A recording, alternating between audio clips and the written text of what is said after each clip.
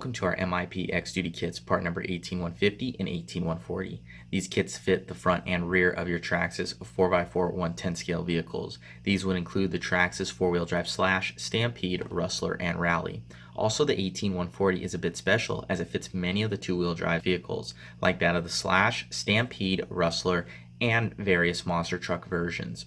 When building your kits, they are quite straightforward. If you have any questions, jump on over to our X-Duty How to Build video.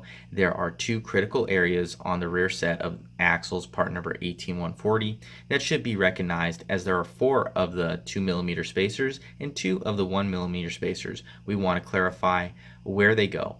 One of the 2mm spacers goes up by the drive hub to provide proper spacing. One of the 2mm spacers is a crush spacer and goes in between the 2 bearings that the rear axle slides through. This spacer allows the bearings to rotate freely when tightening up the wheel so that the bearings don't bind. If this spacer is not used, bearing failure will occur. The 1mm spacers go on the rear axle before it slides through the bearings as to move the bell away from the hub and improve clearance. When it comes to the front driveline, the only spacers included are a pair of 2mm spacers that just fit up by the hub like the rear set.